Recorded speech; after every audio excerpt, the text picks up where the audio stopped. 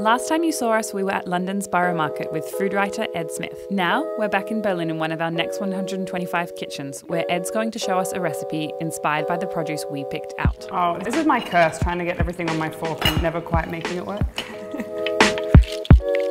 We're going to make a celeriac Rösti, kimchi butter, and simple Onglet steak, which is going to have all the flavours from the kimchi doused over it at the end. I like eating this on its own. Yeah, me too.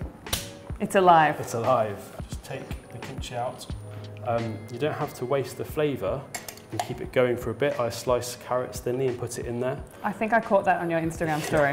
You could also make dressings with it. Right. We've got a block of butter, it's about 250 grams. I think you need about 175 grams of kimchi mixed into that, but it doesn't really matter too much. Can we have a pick? Is that? Yeah. May as well taste what goes in and tell me what you think. There's a load going on. And we're aiming for around 175 grams of kimchi for a 250 gram block of butter. All we have to do now is whiz this up and then whiz the butter into it. Right. Sounds simple. Whiz it up. So we want it to be super smooth, but it's not the end of the world if it's a bit choppy. It just means your butter's going to have chopped bits of kimchi through it, just to get the mix going. That is a quick job. Spread in some butter, taste it, put it in the fridge. Excellent. My mouth was too big. So onto the Rsti, number of ingredients here. We've got celeriac, which we can use about half of that. About 300 or 400 grams of waxy-ish potato, some eggs and some flour to bind it, some salt to season it. And this is just a fairly simple, basic attempt at a Rsti. Yeah. And we're going to have potato in there as well because celeriac's very, very watery. If you just had that on its own, it wouldn't probably ever crisp up in the way that we want it. We're going to put the potato in with the celeriac, salt them, which is going to help to start draw water out, and also season it so when you've got this cooked item. Right from within, rather than adding it in the end because that'll do nothing. Salt to the celeriac and potato, which will help to start to draw out moisture. You can have a Rsti sous chef as well. I feel like it's not a dish you cook alone. It's, you know, grating dishes are always, you need a partner. We're going to line a colander.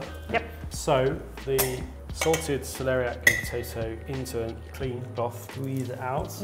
We could leave it for a bit and squeeze it some more. And you can kind of see that you're doing it successfully. It's a satisfying process. It's very satisfying. Just going to decant that into the bowl. So we just need to put some binding ingredients in there now. A couple of medium-sized eggs, probably get away with one, but this will be good too. And then a couple of tablespoons of plain flour. So we're going to take tennis ball-sized handfuls, wash them down into patties like burgers. Okay, one thing you could do as well, if you're doing this across the day, put these in the fridge and cook them later on. When people are home, and then suddenly it doesn't feel like you spent half an hour making it. I think we've been quicker than half an hour, much quicker. Guys can tell us on the camera, can't they? Yeah. Frying, let's cook them up. Heavy bottom frying pan is important for this one because they're going to be cooking for a while. So let's start slow in some cooking oil. Pan's warming up, so we can put them in. One thing to think about it breaks up as it goes in, but what we're going to do is make sure there's enough space to cook them in one pan. So we're only going to cook 4, so you and me, 2 each. I will compress them a bit for the first 3 or 4 or 5 minutes. We're not going to turn them because we want to get a nice crisp base, and if we tried to turn them now, we'd get lots of gratings. So we're going to wait for the key moment to flip. Like I said, we want it to be warm and you can hear it starting to cook now, but not so hot that it's going to burn the edges. So we're pretty much at that kind of done stage. We've got nice golden edges, should be soft in the middle. Fingers crossed, it's been about 10 minutes. Now I'm going to get the kimchi butter, just to really amp up the flavour. When I do Rsti, normally I'll probably add just normal butter and get some brown butter at the end. So we do just want a last minute drop of the butter into the pan, let it bubble around, flip it over, add a bit more butter. Maximum flavour. Yeah, exactly. So when that last bit of butter goes, I think this is done. Can you smell it? I want to not overcook the butter because then we're going to not have the same flavour. We've got a really nice onglet, which is the same cut of meat we saw at the market with Dom, but there's loads and loads of flavour to it. Everyone's wise to it as well now, onglet hanger steak. It's got quite a lot of sinew to it, but there's so much flavour. If we cook it relatively quickly, but to a medium rare, it's going to be super juicy, loads of flavour. It's going to really stand up to the kimchi. Yes. And it's going to be a great little steak.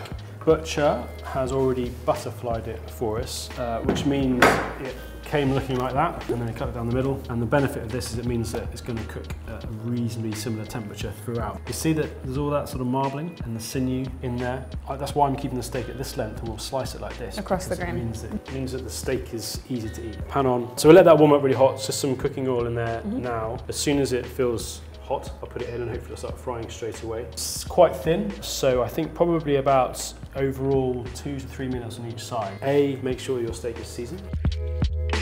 B, put it onto a hot pan. C, then don't touch it, because that's going to start to create those lovely brown colours and flavours. And then we'll start to think how it's cooking. If it's nice and puffing up and starting to firm up, then we'll add some butter at that point, and probably about another 45 seconds of each side, take it off. I like to cook steaks using a tongs. I think it sort of allows you to pick it up, but like I said, don't touch it. We're not touching it. Don't touch it. What are you looking for in the pan as that? A, we had that minute on each side. B, if I touch it, it's still really loose. People sort of say that middle finger is what you want to feel when you get a medium rare steak. Now I think we can put the kimchi butter in. I'm going to let it brown more than we have with the Rsti, just because it's going to. And maybe we add a little bit of butter at the end. A bit more butter to finish? So, not joking. It will lose its flavour as it's cooked.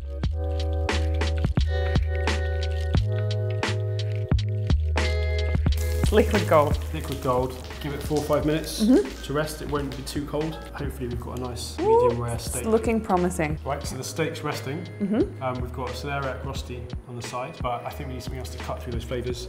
And we're going to make a very quick parsley salad. Leaves off that parsley. You don't have to be too dainty. You don't have to chop it. Raw onion in. Shallots, so it's a bit sweeter.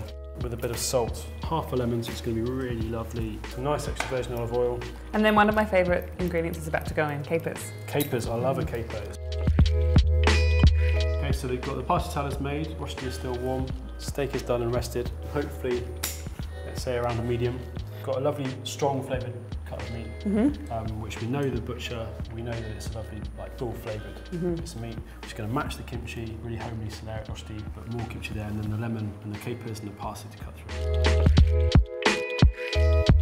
Well, now we're just going to finish the rest off camera. It's a tough job.